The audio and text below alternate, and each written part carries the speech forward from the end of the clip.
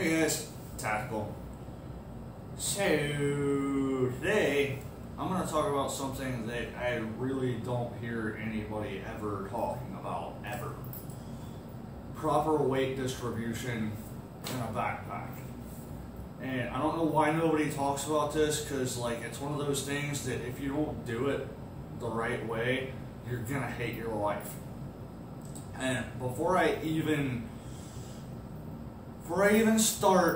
anybody starts angrily banging on your keyboard, I'm going to be coming at this from a proper weight distribution standpoint. At the end of the video, I'll talk about how I actually apply that with priority items in my camping backpack, which this bag is getting revised right now, so it won't be a complete overview of this bag. But I'm approaching this from the topic of proper weight distribution, not the proper way to pack your pack. Alright? So, just putting it out there now. So, the first point I have to make is, if you don't have a pack with a frame, I'm not even going to talk about that, because you're going to hate your life. It doesn't matter how you distribute the weight in that pack, you're going to hate your life. I can tell you stories about like a 25,000 acre trade show, and like halfway through the day I'm ripping half of the stuff out of my bag because my shoulders were just killing me. But I'm going to talk mostly today about internal and external frame packs. And when I say that, I'm going to talk mostly about external frame packs, because the concept between internal and external frames is pretty much the same. So, I learned about how to do this when I was 18, and I still weighed like 130 pounds, and I was humping a 70 pound, 80 pound pack, and we were doing like 15, 20 miles a day. So I'm literally humping half of my body weight in gear for, 15 to 20 miles a day. It sucked. So, what they taught us back then, and I think it still pretty much applies the same, for an internal frame pack, your heaviest item should be in the center, up against the frame. For an external frame pack, your heaviest item should be at the top, up against the frame. Okay? So realize the difference between an internal and external frame. This is an external frame pack. Okay? Both of these bags are old Alice packs. I've had this one since I was probably 16. But grab my handy dandy board and make sure it's oriented in the correct direction. So, number one being your heaviest item, going at the top up against the frame. Number two, going in the middle up against the frame. Number three, at the bottom up against the frame. Number 9, all the way over here, would be your item that is the lightest, that goes on the bottom, furthest away from the frame. Okay? I'm going to point out one other thing with this pack before I toss it off to the side. But this bag came into service in Vietnam, and there's this pouch here at the top. This is dubbed the radio pouch.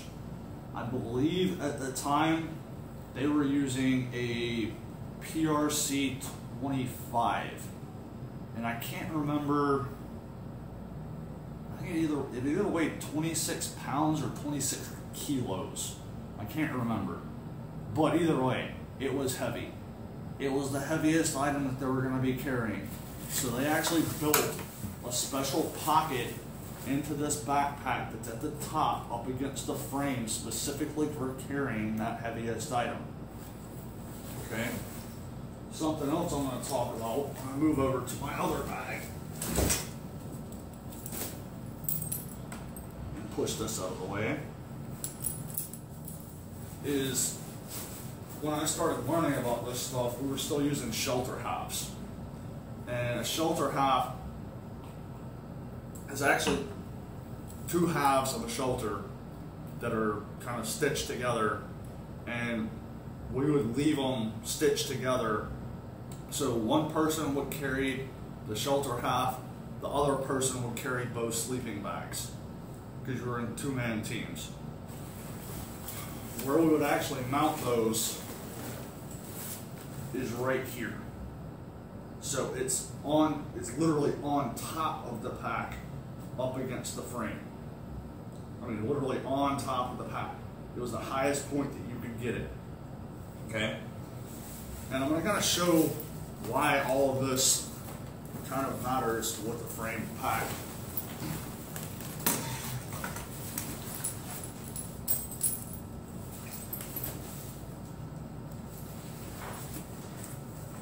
So, buckle your waist strap. And my waist strap right now, probably can't tell from the video, but the top of my hip bone is like right here. So this waist belt is literally riding on my hip bones. Right now, all the weight from this pack is distributed on my hip bones. It's not on my shoulders, it's on my hip bones. When I actually cinch the straps down, all these straps are really doing is pulling the top of the pack into my back. That's all it's really doing. The weight is still distributed on my hips. Now, because this frame is ideally should be about this tall on me, this frame is a little bit short for my body type. I am feeling a little bit of tension pulling on the top of my shoulders. But if this frame was a little bit taller, all of the weight would be distributed on my hips. That's your goal. And so by putting your heaviest item on the top, up against the frame, everything is riding on that frame and pushing down on my hip bones. So that's kind of your overall goal when it comes to the weight distribution part of it.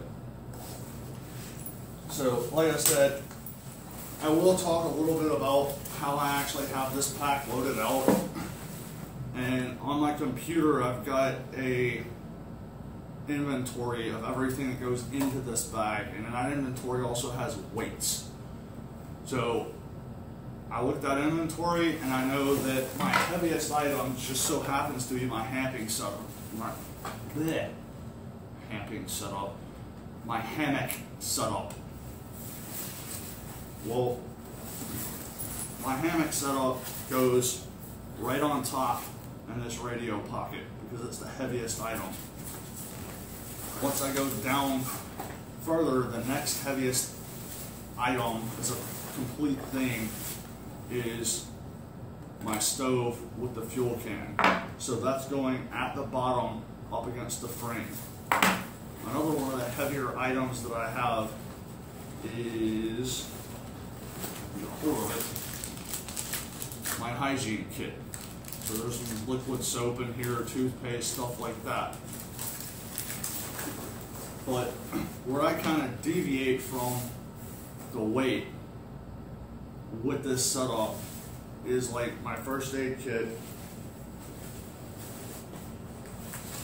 which my first aid kit always, when I'm looking at my pack, always goes in my right hand pocket. That way I always know where it is. So regardless of the weight, my first aid kit is always in a right hand pocket. And same fold too, that's a military thing. Regardless of back in the day when we used to carry a compression bandage, nowadays when I think they're still carrying tourniquets, that always goes in your left cargo pocket. It's a standardized thing, that way like if somebody ever needs to apply a tourniquet to you, they know where your tourniquet is. You don't use your tourniquet on somebody else. So that's just kind of a standardized thing for the military. But another thing that I'll show with this one, one of the heavier items that will have with this is my water filter.